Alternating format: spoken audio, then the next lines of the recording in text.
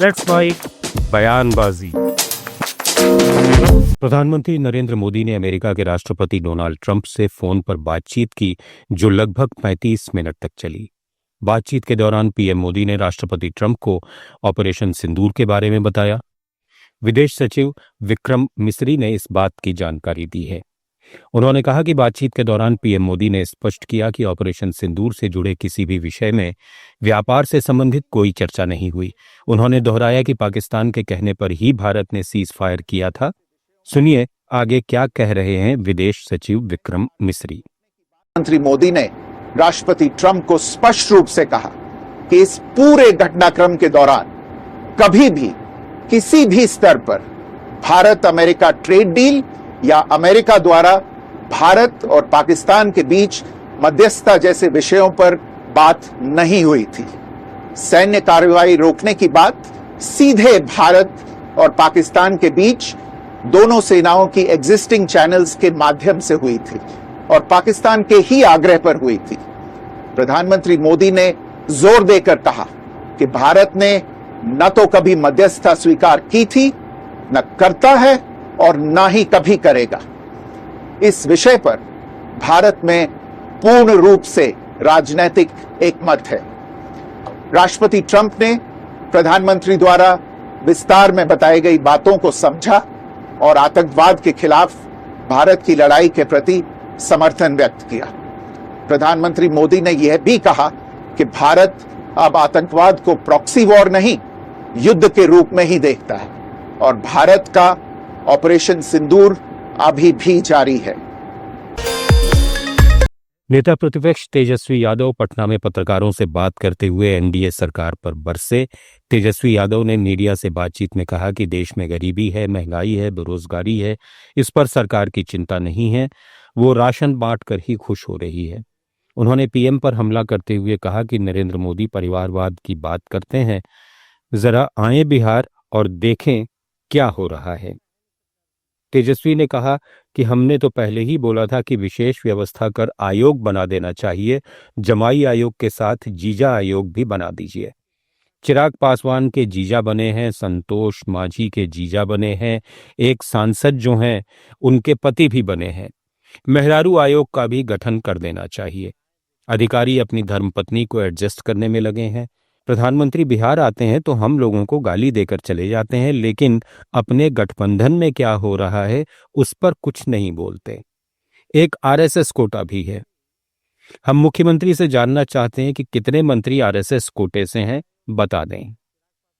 आगे तेजस्वी ने कहा कि मुख्यमंत्री नीतीश कुमार को जमाई आयोग, जीजा आयोग और मेहरारू आयोग बना देना चाहिए। प्रधानमंत्री विदेश दौरा पर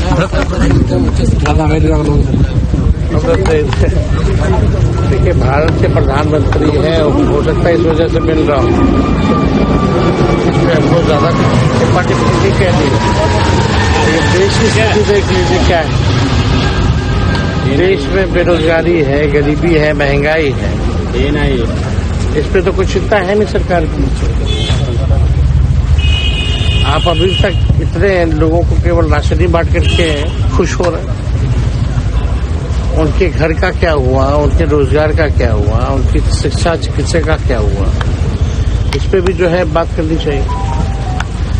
परिवारवाद की बात करते हैं नरेंद्र मोदी जी, जरा आए देखें क्या हो रहा है बिहार में।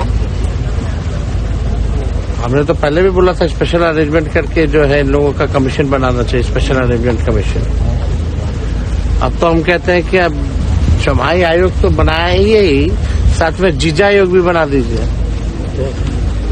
जीजा आयोग कौन? चिराग पासवान जी के जीजा बने हैं, संतोष मांझी जी के जीजा बने हैं और एक सांसद जो है उनके पति बने हैं।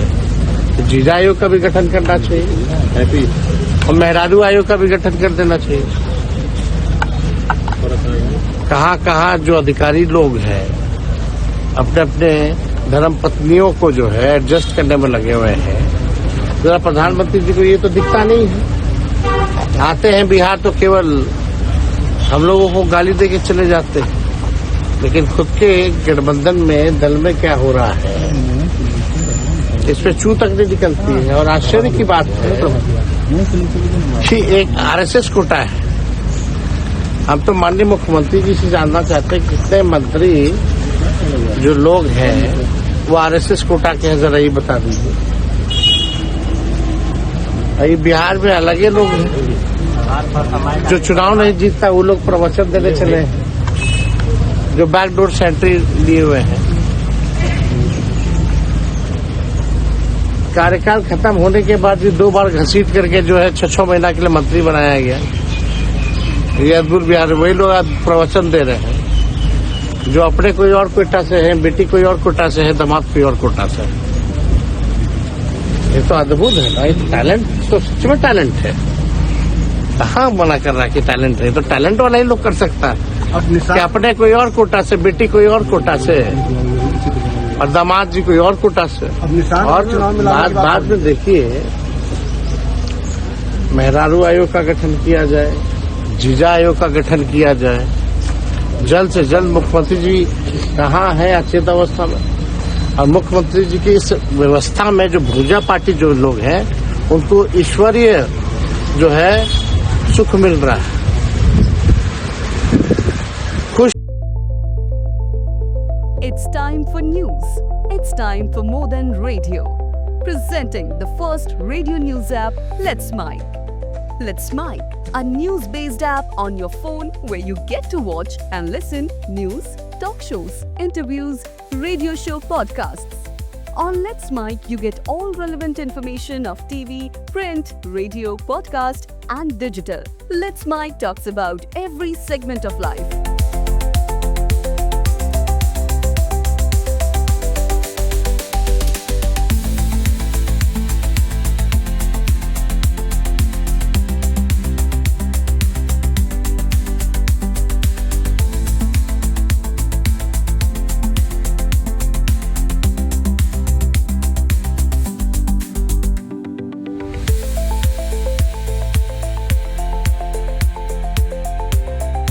Let's Mic is not just a revolutionary idea.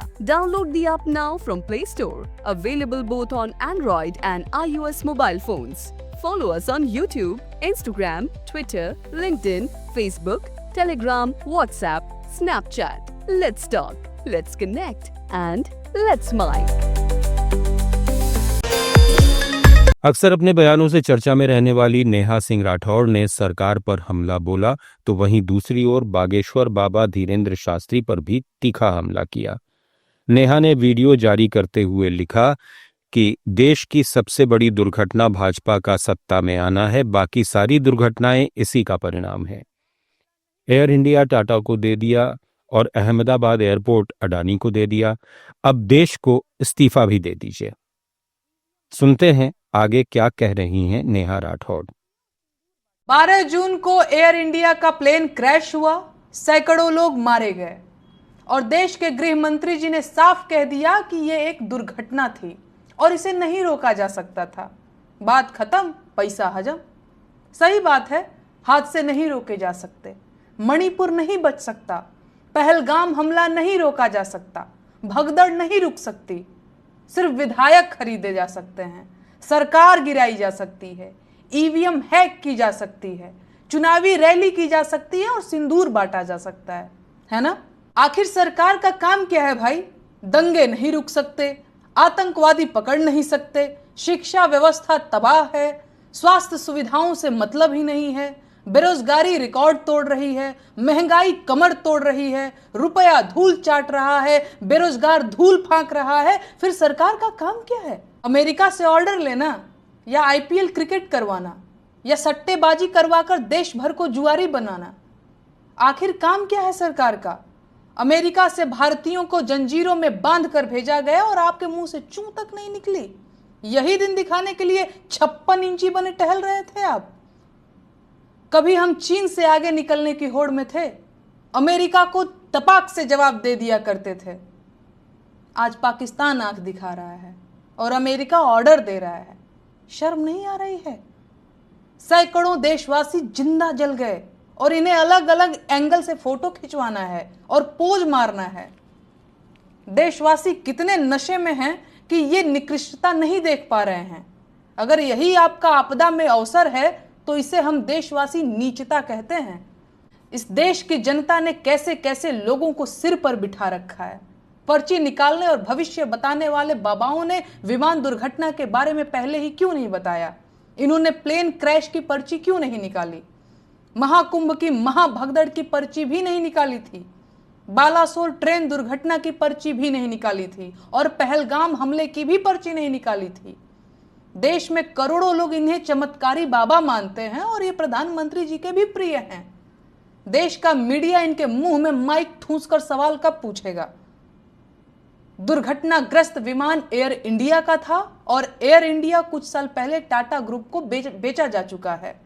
Ahmedabad airport के संचालन और प्रबंधन की जिम्मेदारी पिछले कुछ सालों से अडानी ग्रुप के पास है।